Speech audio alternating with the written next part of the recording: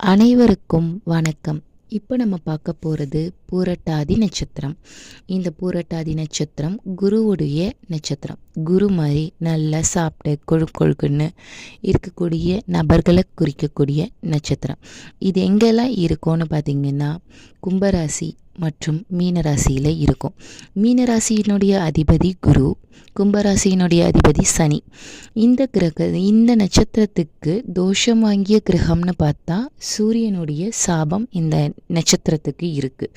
So அதனால் சூரியனுடைய சாபம் இருக்குன்ற பட்சத்திலேயே இது புத்திர சாபம் பெற்ற ஒரு நட்சத்திரம். இது கர்ணனுடைய நட்சத்திரம். கர்ணன் சூரிய புத்திரன் இல்லையா?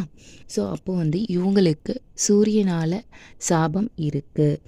இவங்களுக்கு ஆன்மீக நாட்டம் இருக்கும். இது தலையற்ற நட்சத்திரம்னு சொல்லுவாங்க. ஏன்னா தலை பாதி இருக்கும், மிச்ச உடல் பாகங்கள் எல்லாம் நம்மளுடைய அடுத்த ராசி கட்டத்தில் இருக்கும். அதனால் இது தலையற்ற நட்சத்திரம்னு சொல்லுவாங்க. இவங்களுக்கு நல்ல பக்தி மார்க்கமாக இருப்பாங்க.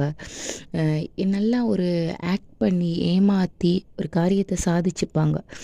நல்ல திடகாத்திரமான உடம்பு இருக்கும். ஆனால் இவங்களுக்கு குழந்தை பாக்கியம் தாமதமாக இருக்கும். தந்தை வழி சொத்து இருக்கும், அதை அனுபவிக்க முடியாது. லாப நோக்கோட பேசுவாங்க. எத்தனை நாள் இவங்கக்கிட்ட நம்ம பேசுகிறோன்னா ஏதோ ஒரு பாயிண்ட் ஆஃப் வியூவில் இவங்களுடைய நோக்கத்தை நோக்கி மட்டும்தான் இருப்பாங்க. இவங்க செல்ஃப் பற்றி தான் யோசிப்பாங்க அதிகமாக. அடுத்தவங்களுடைய உழைப்பு மூலமாக இவங்களுக்கு வருமானம் கிடைக்கும்.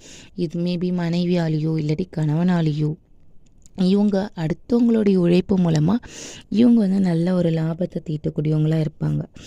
ஸோ இவங்களுக்கு உழைக்காத உட்காந்த இடத்துலையே வருமானம் வரும். ஏன்னா இது ஆண் சிங்கத்தை குறிக்கக்கூடியது. ஆண் சிங்கம் வேட்டைக்கு போகாது, பெண் சிங்கம் வேட்டையாடிட்டு வரும். ஸோ ஆண் சிங்கம் நிறைய நேரத்தில் ஆண் சிங்கம் நல்லா ஒய்யாரமாக ரெஸ்ட் எடுக்கக்கூடியது. அப்போது நல்லா ஒரு ரெஸ்டிங் கெப்பாசிட்டி இவங்கக்கிட்ட நிறைய இருக்குது. இவங்களுக்கு சொல்லு ஒன்று இருக்கும், செயல் ஒன்று இருக்கும். கொடுத்த வாக்கை காப்பாற்றுவாங்களான்னு சொன்னாக்கா கண்டிப்பாக இல்லை. எங்கேயாச்சும் போயிடுவேன், வீட்டை விட்டு போயிடுவேன் இப்படின்னு சும்மா உதாரணத்துக்கிட்டு மிரட்டிக்கிட்டு இப்படி கொஞ்சம் தன்னை பற்றி மட்டும் செல்ஃபாக யோசிக்கக்கூடிய நட்சத்திரம் உடையவர்கள். இந்த நட்சத்திரத்தில் நம்ம சுபகாரியங்கள் செய்யலாம். இவங்களுடைய வம்சாவழியில் ஊனம் உடையவர்கள் இருப்பாங்க. இவங்க அடுத்தவங்களுக்கு அட்வைஸ் கொடுக்கக்கூடியவங்க. வெளியில் இவங்களுடைய கெட்டிக்காரத்தனத்தை காட்டிக்க மாட்டாங்க, ஆனால் குடும்பத்தில் காட்டுவாங்க. இவங்க குடும்பத்தை பற்றின அக்கறையை கொஞ்சம் கம்மியாக தான் இருக்கும். ஆனால் பாசம், பிள்ளைகளுடைய பாசம் ஜாஸ்தி இருக்கும். 2 தொழில் செய்வாங்க. வீண் பழி வரும். அம்மா வகையில் இருக்கக்கூடியவங்க நபர்களால் இவங்களுக்கு வீண் பழிகள் ஏற்படலாம். அடுத்தது பார்த்திங்கன்னா இவங்களுடைய ராசிக்கு ஆடு மாடு கோழி இதெல்லாம் வளர்க்கலாம். ஆன்மீகத்தில் விருப்பம் இருக்கும். மற்றவங்க சொத்துக்கு ஆசைப்பட மாட்டாங்க, ஆனால் இவங்களுக்கு உழைக்காமையே வருமானம் வரும்.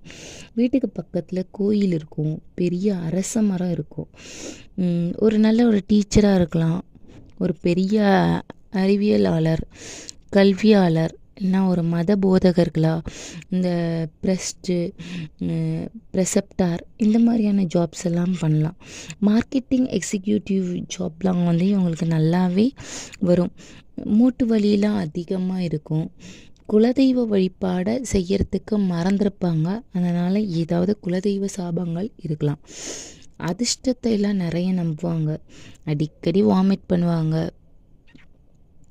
இவங்களுக்கு வண்டி வாகனத்தில் நல்ல யோகம் இருக்குது, ஆனால் அதில் ஒரு சில தடைகள் இருக்குது. திருமண வாழ்க்கைன்றது திருப்தியாக இருக்காது. பேச்சு திறமை இருக்கும், கடன் பிரச்சனை இருக்கும், புத்திர தோஷம் இருக்கும்.